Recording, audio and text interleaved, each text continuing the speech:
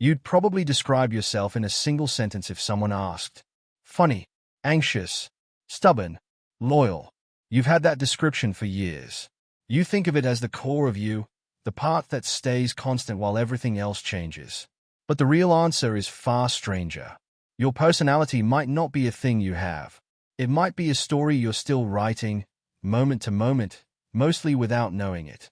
Here's the experiment that started cracking this open. In the 1960s, psychologist Walter Miskell began testing something almost nobody wanted to hear. He wanted to know whether traits actually predicted behavior across different situations. So he watched children and adults not just once, but again and again, in classrooms, at home, under stress, at rest, across weeks and months. What he found unsettled the entire field. People described as honest in one situation lied in another. People labeled aggressive stayed calm for weeks, then exploded once.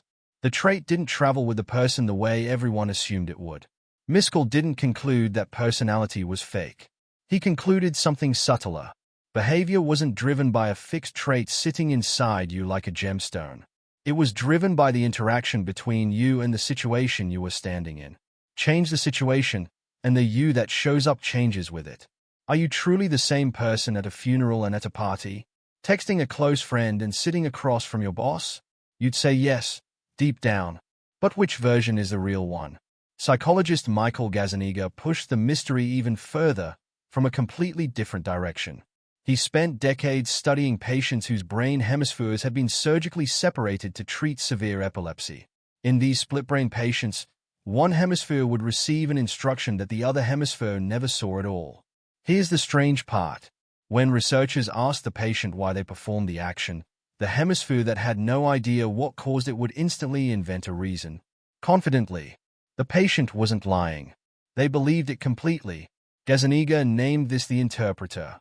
A part of your brain whose job is to construct a coherent story about why you did what you did, using whatever fragments it has, whether or not those fragments are the real cause.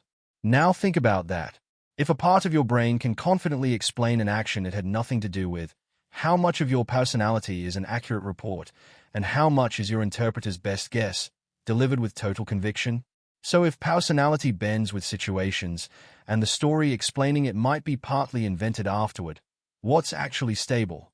Here's a thread that seems to contradict everything so far. Behavioral geneticist Thomas Bouchard ran one of the most cited studies in personality research, the Minnesota study of twins reared apart. He tracked identical twins separated at birth, raised in different families, different cities, sometimes different countries, who had never met each other as children.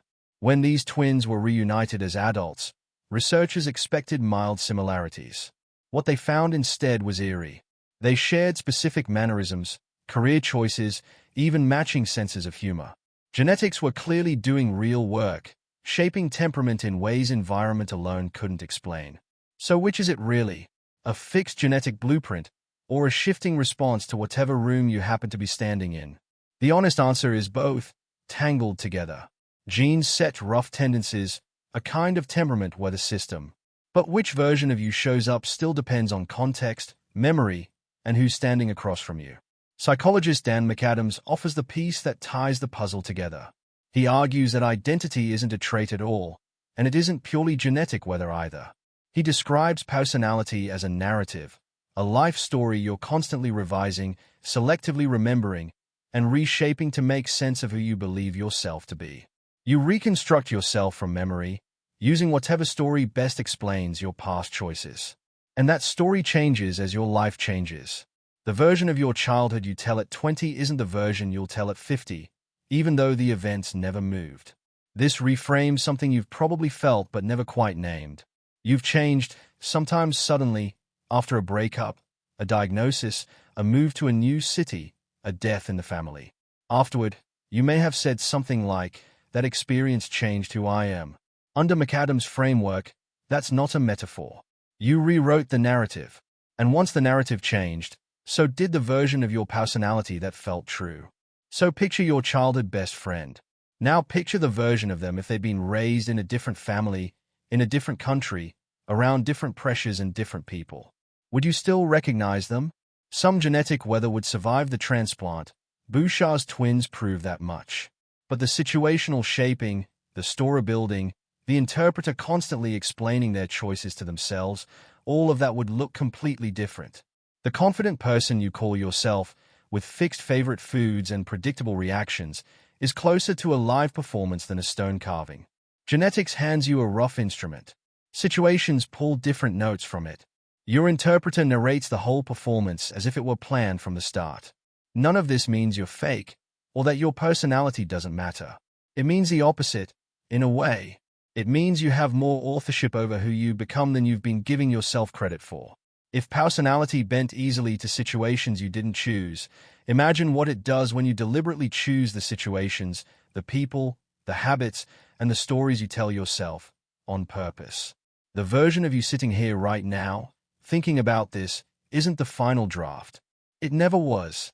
It's the current chapter of something still being written, shaped by genes you didn't pick, situations you didn't always choose, and a narrator in your head that's been quietly filling in the gaps your entire life. So the next time you catch yourself saying "that's just who I am," notice the sentence for what it actually is. Not a fact about a fixed self sitting somewhere inside you. A line from a story your brain is telling itself, live, in real time, doing its best to make sense of a person who is still very much being written.